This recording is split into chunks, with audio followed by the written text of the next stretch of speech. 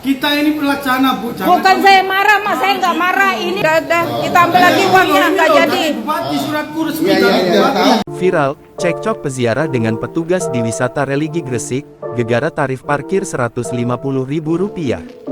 Tengah beredar video yang memperlihatkan seorang wisatawan religi Sunan Gresik protes tentang harga parkir bus viral di media sosial.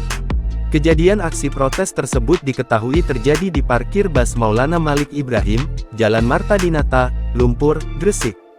Video tersebut viral usai diunggah di akun TikTok @paulinadahlan dan hingga kini telah diputar lebih dari 1 juta kali tayangan penonton. Dalam video tersebut, tampak perempuan yang merekam dengan menggunakan kamera ponselnya bersitegang dengan seorang petugas pos parkir bus.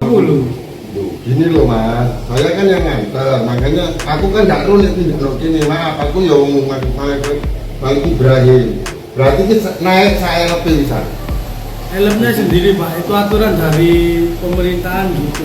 Loh, Nah ini loh, masa saya di video 1 bis 300 itu 150? Itu emang dari pemerintah. Iya Bu. boleh dah, saya Kita kira. cuma pelaksana, Bu. Jangan marah-marah di sini. Gitu loh. Kita cuma pelaksana. Dikira bayar Rp150.000 sekalian sama naik elf, ternyata hanya parkir saja. Belum lagi bayar kalonya, bayar elfnya per jemaah, bayar bisyarohnya.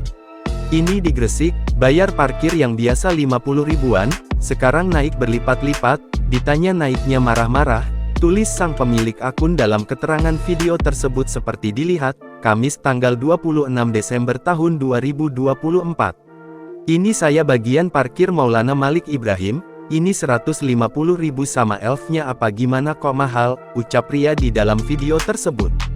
Petugas tersebut pun menjawab harga sudah sesuai dengan Perbub nomor 55 tahun 2023 tentang penyesuaian tarif retribusi pelayanan parkir di tepi jalan umum dan tempat khusus parkir kawasan wilayah wisata Sunan Giri dan Maulana Malik Ibrahim.